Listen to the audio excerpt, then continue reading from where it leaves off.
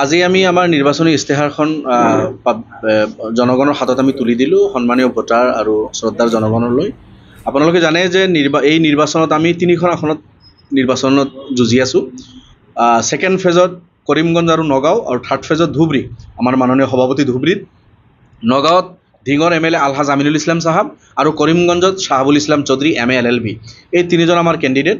আমি আশাবাদী 3খন আসনত আমি যুঁজি আছোঁ, আমি জিকিম আৰু আমি আশাবাদী দিল্লীত এইবাৰ নন BJP চৰকাৰ গঠন হ'ব, BJP বিৰোধী এখন চৰকাৰ গঠন হ'ব আৰু আমি 3জন MP লৈ গৈ সেই কোনো চৰ্ত নোহোৱাকৈ আমি সমৰ্থন জনাম আৰু সামগ্ৰিকভাৱে অসমৰ ডেভেলপমেণ্টৰ কাৰণে আমাৰ ইস্তেহাৰত যি কথা বাৰ্তাবিলাক আছে সেইখিনি আমি নন BJP গভৰ্ণমেণ্ট ফৰ্ম কৰি তাতে আমি তেখেতসকলক সমৰ্থন দি আদায় কৰাৰ চেষ্টা কৰিম। আপোনালোকে দেখিছে যোৱা 15টা বছৰ আমাৰ মাননীয় সভাপতি তেখেতে ধুবুৰীৰ পৰা MP হৈ গৈ সামগ্ৰিকভাৱে অসমৰ কাৰণে তেখেতে যুঁজিছে, অসমৰ ডেভেলপমেণ্টৰ কথা তেখেতে কৈছে, বিভিন্ন জাতি জনগোষ্ঠীৰ কথা কৈছে, নিপীড়িত সংখ্যালঘু জনগণৰ সমস্যাৰ কথা বলিষ্ঠভাৱে তেখেতে পাৰ্লিয়ামেণ্টত উত্থাপন কৰিছে, ধুবুৰী ফুলবাৰী ব্ৰিজৰ কথা উত্থাপন কৰি তেখেতে যুঁজি সেইটো কাম কৰাই আছে। ধুবুৰী এয়াৰপৰ্ট, ৰূপসী এয়াৰপৰ্ট, ৰেল লাইন মৰি গৈছিল সেইটো পুনৰুজ্জীৱিত কৰা, ধুবুৰী জাহাজঘাট বন্ধ হৈছিল সেইটো আকৌ পৰিচালিত হৈছে, ধুবুৰী মেডিকেল কলেজ হ'ল, এতিয়া তেখেতে ধুবুৰী আৰু গোৱালপাৰা বিশ্ববিদ্যালয়ৰ কাৰণে তেখেতে লাগি আছে। তো আমাৰ মাননীয় সভাপতি এই কামবিলাক কৰিছে।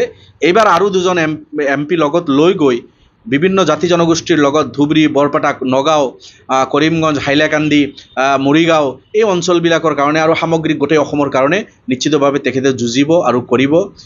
তাৰ কাৰণে আমি ইস্তেহাৰত মূলতে যিখিনি কথা আছে আপোনালোকে দেখিছে যে আজি অসমৰ যি চৰকাৰ চলি আছে বা ইয়াৰ আগৰ চৰকাৰবিলাকো মূলতে এতিয়া BJP বিভিন্ন জাতি জনগোষ্ঠীৰ লগত বৈষম্যমূলক আচৰণ কৰিছে, বিশেষভাৱে সংখ্যালঘু মাটিৰ পাট্টা দিয়া নাই, বসুন্ধৰাৰ আণ্ডাৰত এডোখৰ মাটি দিয়া নাই, উচ্ছেদ কৰিছে, মাদ্ৰাছা ভাঙি দিছে, মছজিদত চকু, আমাৰ আজানৰ প্ৰতি চকু আৰু ল'ৰা ছোৱালীৰ চাকৰি বাকৰি জনসংখ্যা অনুপাতে আমি যেনেকৈ পাব লাগে দিয়া নাই। এই বৈষম্য আঁতৰাই সমতা স্থাপন কৰি সম অধিকাৰ সমমৰ্যাদা প্ৰতিষ্ঠা কৰি সমানভাৱে সকলো জাতি জনগোষ্ঠীৰ ডেভেলপমেণ্টৰ কাম হওক, এইটো আমাৰ পৰিকল্পনা আমি যুগুত কৰিছোঁ, আমি থাকিব এইটো আমাৰ ইস্তেহাৰত ঠাই পাইছে। নন BJP দিল্লীত যি চৰকাৰ হ'ব আমি তেখেতসকলৰ লগত মিলি তেখেতসকলক সন্মান কৰাম যে অসমত চৰৰ মাটি জৰীপ কৰি চব মানুহক পাট্টা দিব লাগে আৰু নন চৰ যিবিলাক আছে চৰৰ বাহিৰত আছে তাত থকা ভূমিহীন মানুহক সকলো জাতি জনগোষ্ঠীৰ অকল মুছলমানৰে নহয় চাহ জনগোষ্ঠী বা অন্যান্য জনগোষ্ঠীৰো ভূমিহীন মানুহক মাটিৰ পাট্টা দিয়াব লাগে, ইয়াৰ কাৰণে আমি ব্যৱস্থা কৰিম। গৰাখহনীয়া বানপানীক ৰাষ্ট্ৰীয় সমস্যা হিচাপে ঘোষণা কৰাই ইয়াৰ কাৰণে ৰাষ্ট্ৰীয় পুঁজি নিৰ্ধাৰণ কৰি পাৰ্মানেণ্ট সলিউশ্যনৰ কাৰণে আমি কাম কৰিম, আমি যুঁজিম। তাৰ কথা আমাৰ ইস্তেহাৰত ঠাই পাইছে আপোনালোকে দেখিছে।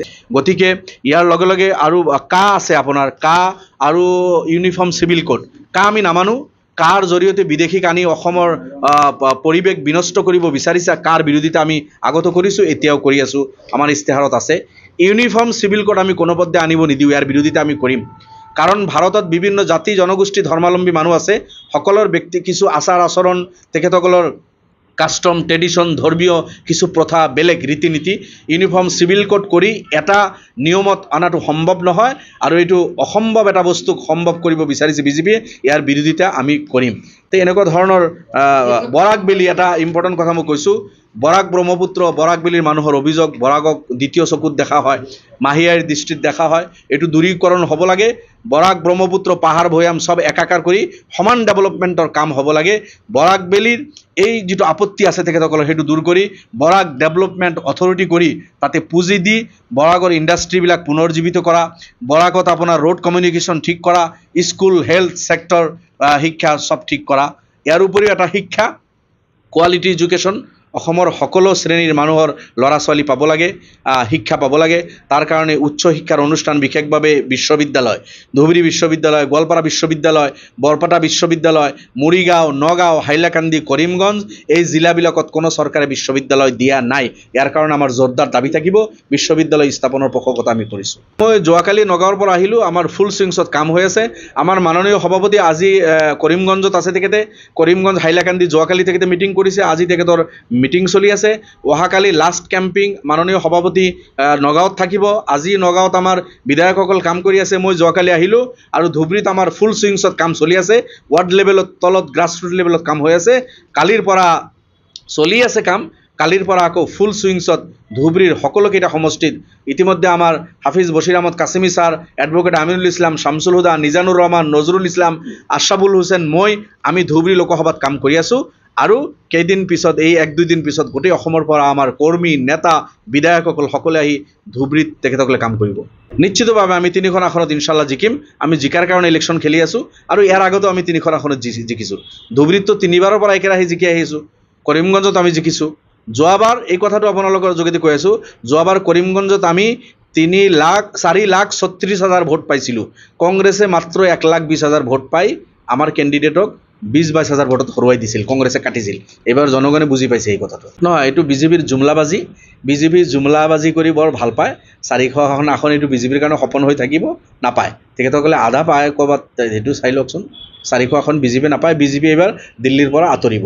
2 দিন আগত প্ৰধানমন্ত্ৰী ডাঙৰীয়া তেখেতে বিৰোধীসকলক আক্ৰমণ কৰি কৈছে কিছুমান কথা, আপত্তিজনক কথা।